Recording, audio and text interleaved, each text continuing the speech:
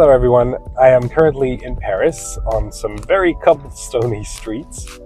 There we go, that's a bit better. And I have decided to give myself a bit of a challenge. So what I'm going to do is go to some of the nicer neighborhoods in Paris and do some car spotting. And my challenge is that within the next hour, it's 11:20 now, I am going to try to find a car that is over 300,000 euros. Now, this may be a bit challenging because really ostentatious displays of wealth isn't really the Parisian way. So Lamborghinis and Ferraris are sort of gauche. And, it's just not easy to find some really nice cars in Paris. But we're going to try to find one within 1 hour, 300,000 euros or more.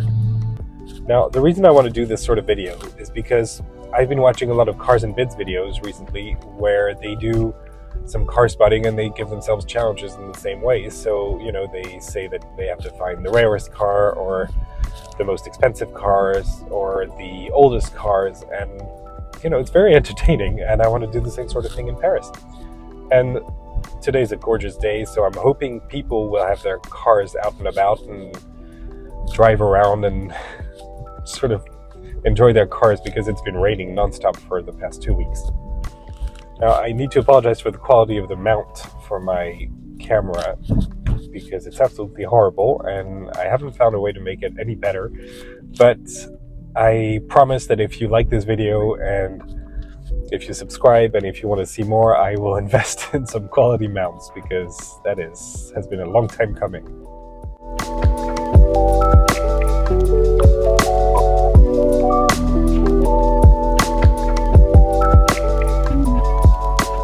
So I am right in front of the Musée d'Orsay, which used to be a train station. So we're on the riverbanks, and I am trying to go to the 16th arrondissement or to at least sort of around the Champs-Élysées because there are some really nice hotels there, notably the Georges V, the Prince de Galles, the Shangri-La, and so on. And I'm trying to go to these hotels because I'm fairly certain that that's where I'm going to find some really expensive cars. I hope at least. But usually when we go there, we find some really nice cars. Now, there is going to be a slight difference between my video and the cars and bids video, which is that usually they give themselves 1 hour to go from one spot to the car spotting and then back to the first spot, which is absolutely impossible given Paris traffic. So what I'm going to do is give myself 1 hour, which is still quite low to go to the wealthier neighborhoods. And, I end up where I end up, but I cannot go back to where I started from in 1 hour and see some interesting cars in the process. A lot of people think that car driving in Paris is absolutely horrible and that the traffic is terrible and so on, and it is for the most part, but at the same time, I've seen much worse in other cities, and I think any city that wasn't built for cars in the first place is probably going to struggle with the amount of traffic that we have today. And so that's why it makes me laugh a little bit when people say that there's too much space for bikes and so on, when there's a massive amount of space for cars and it doesn't seem to faze anyone. So, the more space there is for bikes and the more the public transport infrastructure is good, the less people there'll be in cars and the better it's going to be.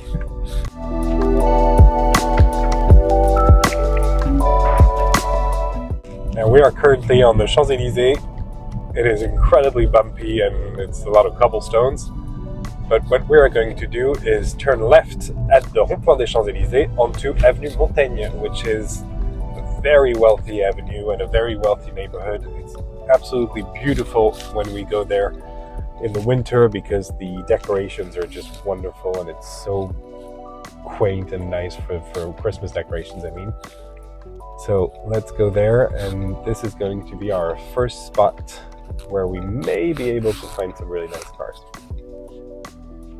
What I'm going to do is turn down this tiny part of the street on which people park a lot. Wow, it is tight, and maybe we'll be able to find something interesting.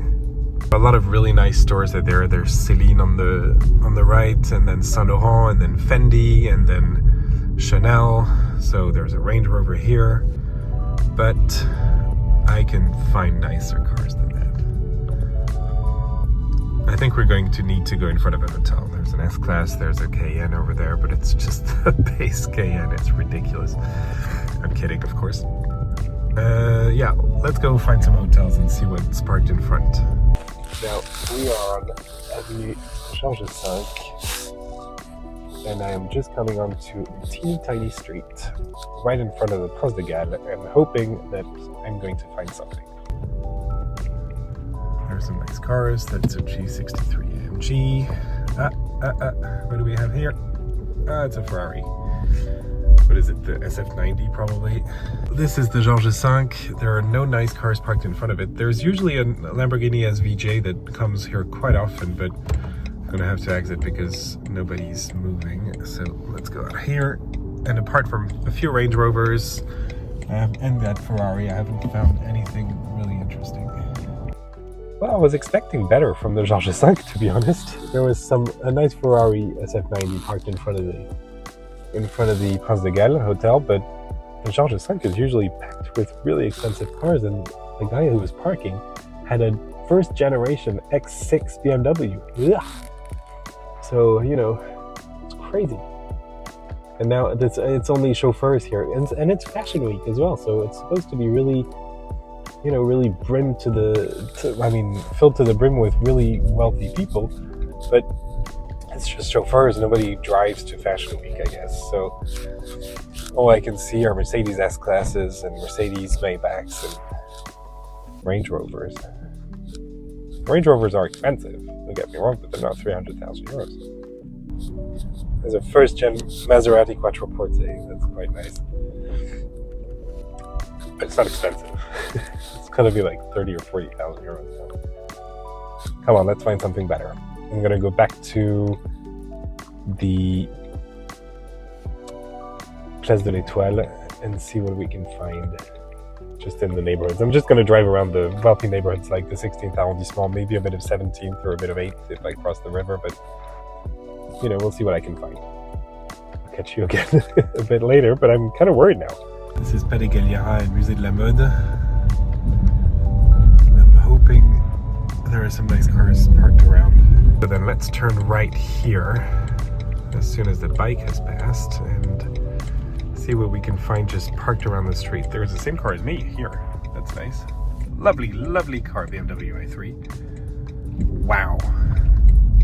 I remember during the Gilets jaunes protests, there were a few Mercedes and Porsches parked here that were burnt up. So I'm guessing now they've understood that they need to stop parking anywhere. So let's see. I've just had an idea, which is that right next to where I work, there is a company that sort of rents really expensive cars. The other day they had a Maserati MC20.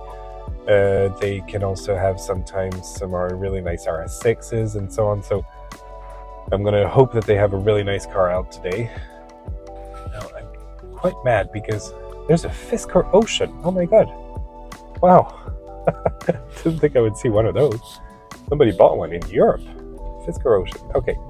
Now, I'm quite mad because we're right next to where I work every day, and it's usually a very wealthy neighborhood. But the problem with wealthy neighborhoods is that they usually go to their holiday homes during the weekend. So everywhere where I can't park during the week because it's packed with really nice cars is completely empty. Maybe doing this in the weekend wasn't the best idea.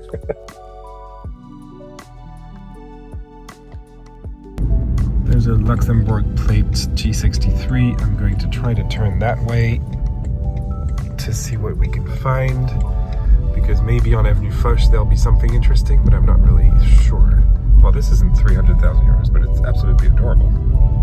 I think this is just going to turn into a car spotting challenge of the cars I find interesting, because I can turn left and go on to Avenue Foch, because there are a lot of parked cars here, but again, I'm pretty sure people with really expensive cars just park in their garage. It is gorgeous. Again, it's Avenue Foch, but look at the cars that are parked here.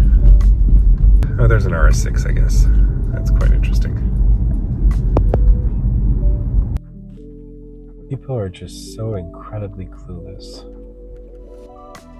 Yeah, there's a sign that says right turn only, so hey, let's try to turn left. But what the? Well, maybe. I meant sorry. Okay, well, it's quite hard to film. Yeah, we're still filming. Well, it's quite hard to film because I'm blocking the street, but this is a Mansory G63. So I'm guessing that's really expensive. No idea how much, but...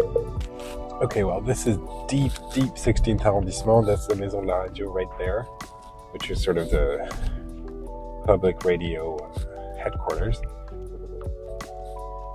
So we're coming closer to some neighborhoods in which perhaps people will have just parked cars and expensive ones. But really not liking my odds. That Mansory G63 was probably quite expensive. Mansory is really expensive, so maybe it was 300,000. I'm not sure, but it is an awful car. Awful car. Really incredibly ugly. Heinous, as Dr. Miro would say. Is going into a parking garage cheating? I'm not sure. I mean, it still counts as Paris, and it's going to be a car that drives around, and I think I'm going to allow myself. That's a very big difficulty when you're doing a challenge by yourself, is that you can change the rules as you like. So I'm going to allow myself to go into parking garage and see, but it's my last shot because otherwise I've gone way over the hour. Okay, we are arriving at the parking Paris-Passy, where I'm hoping there'll be something under a cover or whatever, something just parked there, which will be incredibly expensive. I have medium hopes that we'll find something. Now, I am behind a really nice 911 Carrera S, but not as nice as I need. Is this cheating? I don't know. I'm hoping it isn't, but we'll find out.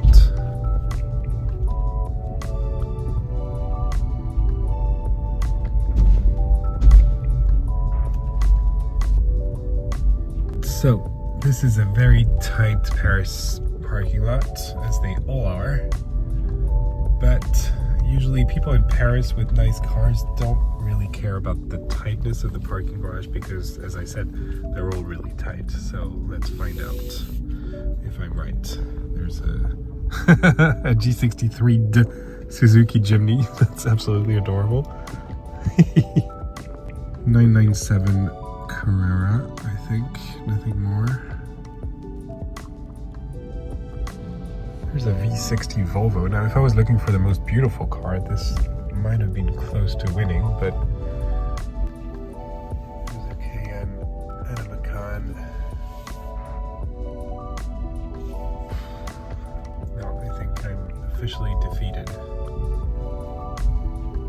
There's an M4 competition. Yep. Oh, Ferrari F355. There's a Renault Twizy. There's an RS7 in front of me that just started. Well, is this a Taycan? A lot of Porsches, at least. That's nice. I like Porsches, but apart from that, oh, what is this? Ooh. Oh, what's it called? Well, I'll put it on the voiceover. I think that'll be easier. Now, before I exit, I have gone all the way down, hoping that these are cars that don't move much, because there's more spaces available here, so they don't mind going all the way down. There's a Maserati Gran Turismo convertible. Ah, what is this? What do we have here? What could this be? It looks like a Corvette or something. It doesn't look very expensive. There's the Targa 4S. 300,000 euros, I'm not sure. There's a Ferrari under here, but it looks quite old and it looks like a Mondial or something, so I'm not sure it's that expensive. There's a GTC. No, it's not the Speed. I think it's the V8. Taycan Sport Turismo. And then another 911 there. I think I'm going to park here for a second.